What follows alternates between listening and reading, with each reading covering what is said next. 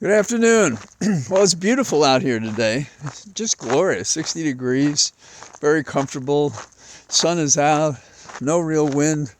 And perhaps that's a signal of some of the trends that are happening today that are good. You may remember Joe Jacopina, Joe Jacopina, who was on TV blasting the hell out of Cohen and this prosecution of Trump and everything else, and blasting Stormy Daniels. Well, little detail. There appears to be a conversation had between her and Jacopina, or his law firm, or paralegal, and so forth. It raises a question how he could go on the air and then attack her if in fact he had this relationship. And you don't have to actually be retained. If you have a privileged communication, then that could bar you from representing another person, like, say, Trump. So we're resolving that. In the category of questionable ethical behavior, when my old colleague, who was an AUSA, Bob Costello, he went and blasted Cohen as a former client. Well, there's a big difference between any person waiving the attorney-client privilege and the lawyer thinking that gave them the right to run out there and attack him and disclose information and talk about it and everything if no one else had asked for that information.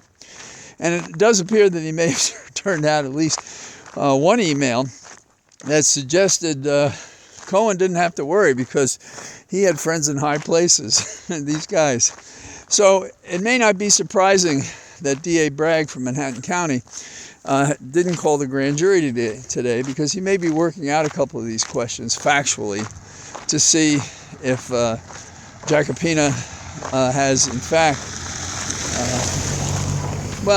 an ethical question at least, and so whether or not he should be appearing in the case on behalf of Trump.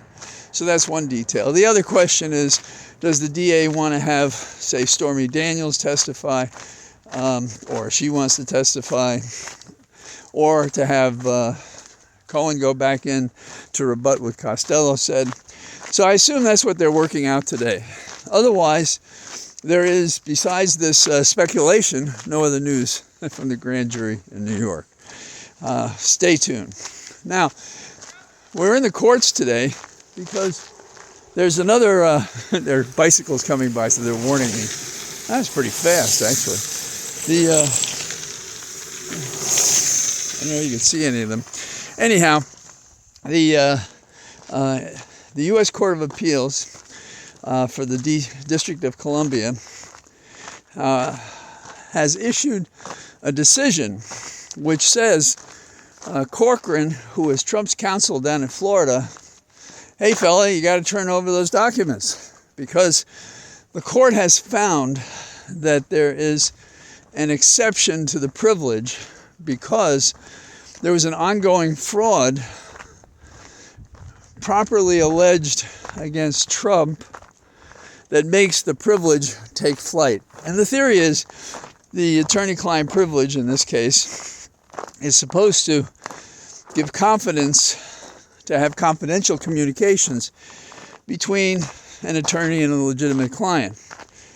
But a client who is using the attorney to produce or not produce, or to state what's available or not, in an ongoing effort to obstruct justice, that is, to satisfy a subpoena, and that, of course, prompted a search, and who has had people make statements about the case to the government and thereby was misleading them as to whether or not they'd produce everything.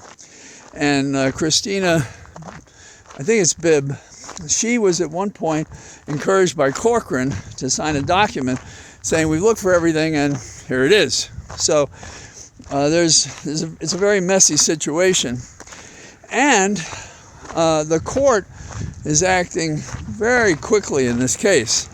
Last week there was a one-judge order by the outgoing chief judge, and this week a three-judge panel, which is the way these are usually handled, decided, sorry Corcoran.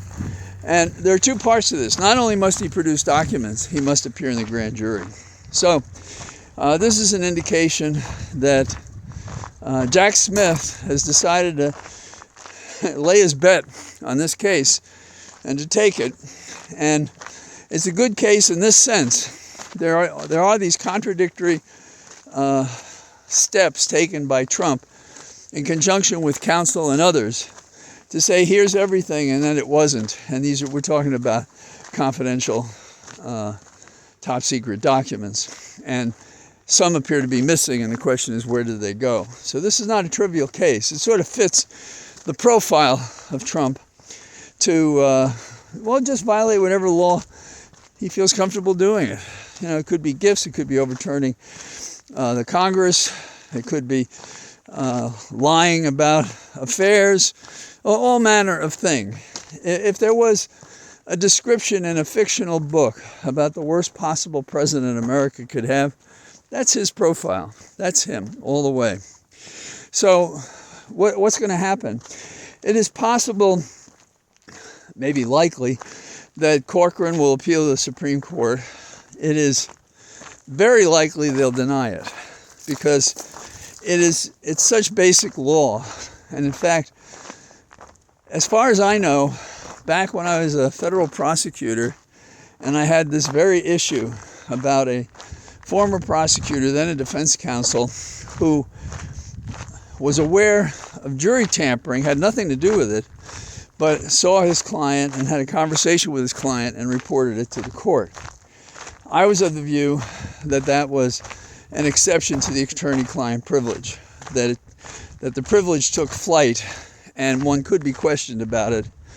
And I guess there was a question whether you had to produce it or not, but we were made aware of the statement because he made us aware of it. He was that kind of a man, character. But he felt he had to contest it, and so we got a Court of Appeal decision, which stands true to this day, all those many years. And it is basically what I've said and what the court has said. You cannot have an ongoing crime while you're seeking the aid and assistance of your lawyer, or even his counsel or her counsel. And when you do that, the privilege takes flight. It's vitiated because you're abusing it. You're using it to shield misconduct, not confidences between an attorney and a client. So that's pretty interesting stuff. Now, what else is going on? Well, the Fed has decided to increase the interest rate a quarter point. I think that's something like from 4.9% to 5.1%. There are protests in the business community, but two things. One is the concern about inflation, and the other is the concern about our banks following the Silicon Valley Bank. And I think everybody wants to take a step back and secure our economy before we go forward and perhaps reduce interest rates and other things. So that's what we do. It's always the bad guys who compromise every other one of us.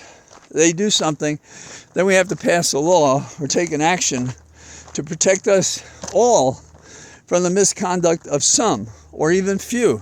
And, well, America has a history that capitalism seems to be handled in a clumsy manner.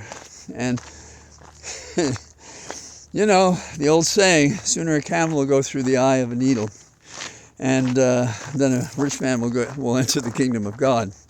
And I believe that's true, because it appears, not for all, but there are some rich men that have no soul. I could point to Trump as one of those examples. We don't even know how rich he is because he lies about everything, including that. In the category of business, I'm very curious about the TikTok question. I'm very concerned that it has more to do with censorship than it has to preserve and protect us from China's spy operations and intrigues. And the original founder and creator of it is in town to try to deal with the gremlins that spread bad word about TikTok. Chow, I think it is. I'm not sure.